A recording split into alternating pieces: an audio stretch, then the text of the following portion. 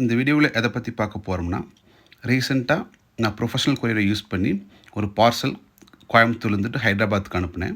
அதில் கிடைச்ச அனுபவத்தை உங்களோட ஷேர் பண்ண போகிறேன். வீடியோவை ஸ்கிப் பண்ணாமல் பாருங்கள்.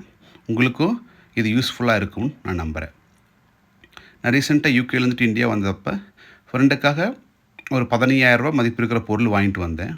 அந்த பொருள் வாங்கிட்டு வந்துட்டு எல்லாம் பேக் பண்ணி பக்கத்தில் இருக்கிற ப்ரொஃபஷனல் கொரியர் ஆஃபீஸில் கொண்டு போயிட்டு போஸ்ட் பண்ணுறதுக்காக கொடுத்தேன்.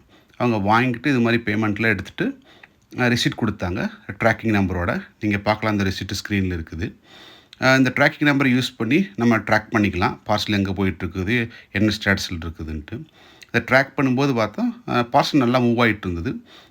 ஒரு நாங்கள் போஸ்ட் பண்ணது பார்த்தா 19th ஏப்ரலு. அதுக்கப்புறம் ஒரு ஃபியூ டேஸ் கழிச்சு பார்த்தா பார்சல் மூவே ஆகலை. அப்புறம் திடீர்னு ஸ்டேட்டஸ் பார்த்தா இது மாதிரி வந்துச்சு. நீங்கள் ஸ்க்ரீனில் பார்க்குற மாதிரி தெரியுது பாருங்கள்.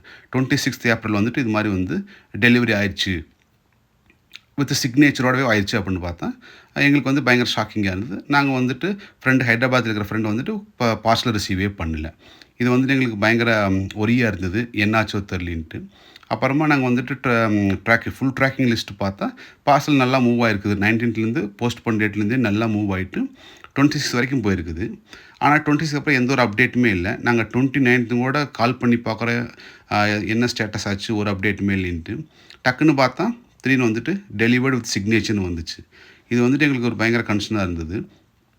அவங்க கொடுத்துருக்குற எந்த ஒரு கஸ்டமர் கேர் நம்பரோ எந்த நம்பருமே ரீச் பண்ண முடியாது. எல்லாமே வந்துட்டு ஆல்மோஸ்ட் வந்துட்டு சுவிட்ச் ஆஃபில் தான் இருந்தது.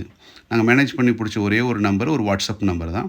அந்த நம்பரும் யூஸ்ஃபுல்லாகவே இல்லை. எந்த ஒரு இன்ஃபர்மேஷனும் அவங்க எந்த ஒரு ஹெல்ப்புமே பண்ணல சொல்லப்போனால். ஆக்சுவலாக வந்துட்டு அப்புறம் என் ஃப்ரெண்டு வந்து ஹைதராபாத்தில் இருக்கிற பக்கத்தில் இருக்கிற கொரியர் ஆஃபீஸ்க்கு போயிட்டு, ப்ரொஃபஷனல் கொரியர் ஆஃபீஸில் போயிட்டு இது மாதிரி ஸ்டேட்டஸ் இருக்குது, எனக்கு பார்சல் கொடுத்தா தான் நான் இப்போ ஆஃபீஸ் விட்டே கிளம்புவேன் அப்படின்னு ஆஃபீஸ்லேயே உட்காந்துருக்குங்காட்டி தான் அவங்க வந்துட்டு என்னாச்சோ ஏதாச்சோ அப்படின்ட்டு நல்லா நடிச்சுட்டு போயிட்டு தேடி பார்க்குற மாதிரி தேடி பார்த்துட்டு இங்கே தான் பார்சல் இருக்குதுன்னு வந்துட்டாங்க. இது வந்துட்டு பெரிய ஃப்ராடுன்னு அதுலேருந்தே தெரிஞ்சுது. அப்புறம் பார்த்துட்டு சரி ஆன்லைனில் தேடலாம், இது மாதிரி வேறு ஆளுக்கா இது மாதிரி ஒரு இன்சிடென்ட் நடந்திருக்குதா என்னன்ட்டு அப்படின்னு செக் பண்ணால் போட்டதையுமே வந்துட்டு கோராவில் வந்துட்டு இது மாதிரி ப்ரொஃபஷனல் கொரியர் ஃப்ராட்னு போட்டாலே நிறைய பேர் எங்களை மாதிரியே எக்ஸ்பீரியன்ஸ் பண்ணியிருக்கிறாங்க. இது வந்துட்டு ரொம்ப மோசமான சர்வீஸ் சொல்லப்போனால்.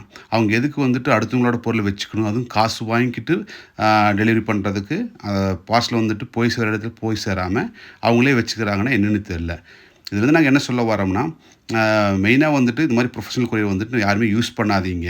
ஏன்னா நீங்கள் அனுப்புகிற பொருள் போய் சேருமா சேராதுன்னு பெரிய கேள்விக்குறியாக இருக்கும். என்ன தான் நீங்கள் வந்துட்டு ரிஜிஸ்டர் போஸ்ட்டே அனுப்புனாலும் அது போய் சேர்றதுக்கு வாய்ப்பு இல்லை. தேங்க்ஸ் ஃபார் வாட்சிங். Keep supporting us.